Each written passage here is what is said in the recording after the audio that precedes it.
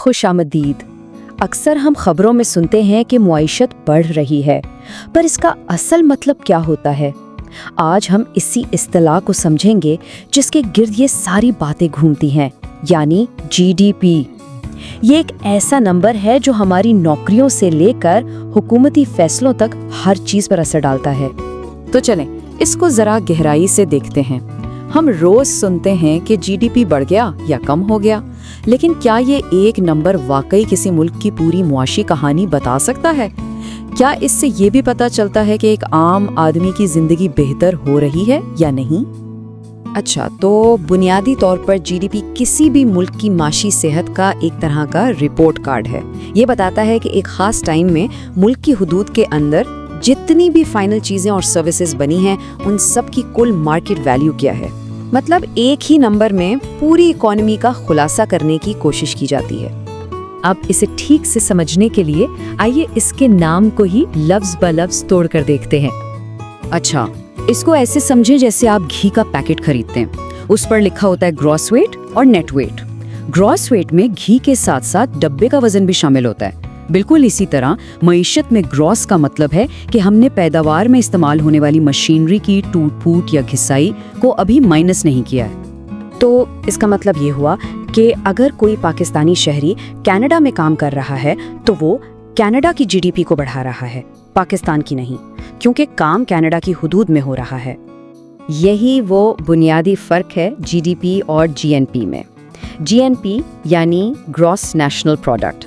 सीधी सी बात है, जीडीपी देखता है कि चीज कहाँ बनी है, जबकि जीएनपी देखता है कि चीज किसने बनाई है, चाहे दुनिया में कहीं भी बनाई हो। और आखिर में पी यानी प्रोडक्ट। इसका मतलब है तमाम फाइनल चीजें और सर्विसेज। यहाँ सबसे अहम लफ्ज है फाइनल।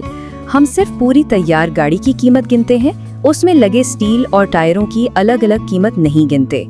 ऐसा इसलिए करते हैं ताकि एक ही चीज की कीमत दो बार ना गिनी जाए और मुआशरत का सही साइज पता चले। तो सवाल ये है कि आखिर इतने बड़े नंबर का हिसाब लगाया कैसे जाता है? इसका सबसे आम तरीका है इखराजात का तरीका, यानी एक्सपेंडिचर अप्रोच। ये बहुत सादा असूल पर काम करता है। मुल्क में जो कुछ भी बनता है उसे कोई ना कोई तो खरीदता ही है। तो अगर हम सब के खर्चों को जमा कर लें तो हमें मईशत का साइज पता चल जाएगा। इसका फॉर्मूला है C + G + I + NX। C यानी हम आवाम का खर्च, G यानी हुकूमत का खर्च, I यानी बिजनेस की सरमायाकारी और NX यानी जो चीज़ें हमने बाहर बेची उनमें से वो माइनस कर दें जो हमने बाहर से खरीदी। चलें, अब जब हम ये जान गए हैं कि जीडीपी क्या है और इसे कैसे नापते हैं, तो असल सवाल ये है कि ये इतना अहम क्यों है? आखिर क्यों हुकूमतें और बड़े बड़े सरमायाकार इस एक नंबर पर इतनी गहरी नजर रखते हैं? इससे हमें बड़े बड़े सवालों के जवाब मिलते हैं, जैसे कि क्या मईशत फैल रही है या सिकुड़ रही है, क्या उसकी हालत पिछले साल से बेहतर है।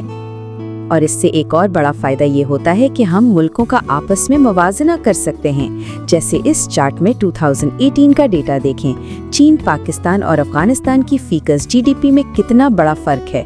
ये हमें एक नज़र में बता देता है कि मुख्तलिफ मुल्कों में औसतन माशी मेयार ज़िंदगी कैसा है। लेकिन जीडीपी पूरी कहानी बिल्कुल नहीं है। हकीकत तो ये है कि जिस शख्स ने इसे बनाया था उसने खुद खबरदार किया था कि उसे किसी मुल्क की खुशहाली नापने का पैमाना ना समझा जाए।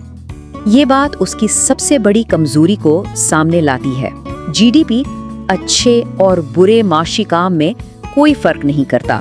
इसके लिए हर किस्म का खर्च बस एक जैसा है।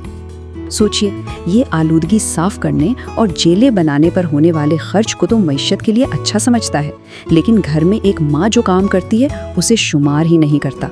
ये नहीं बताता कि लोगों की सेहत कैसी है या तालीम का मेयार क्या है। तो हासिल कलाम ये है कि जीडीपी माशी पैदावार नापने के लिए तो एक बहुत कारआमद टूल है, लेकिन ये किसी माशरे की हकीकी तरक्की या खुशहाली का मुकम्मल पैमाना हरगिज नहीं। तो ये सारी गुफ्तगू हमें एक बहुत अहम सवाल पर छोड़ जाती है। अगर जीडीपी एक अधूरा पैमाना है तो फिर हमें असल में क्या नापना चाहिए? क्या हमें अपनी तरक्की के पैमानों में सेहत, तालीम और माहौल जैसी चीज़ों को भी शामिल नहीं करना चाहिए? जैसे जैसे दुनिया बदल रही है, शायद अब वक्त आ गया है कि हम इस बात की तारीफ भी बदल दें कि असल कामयाबी होती क्या है।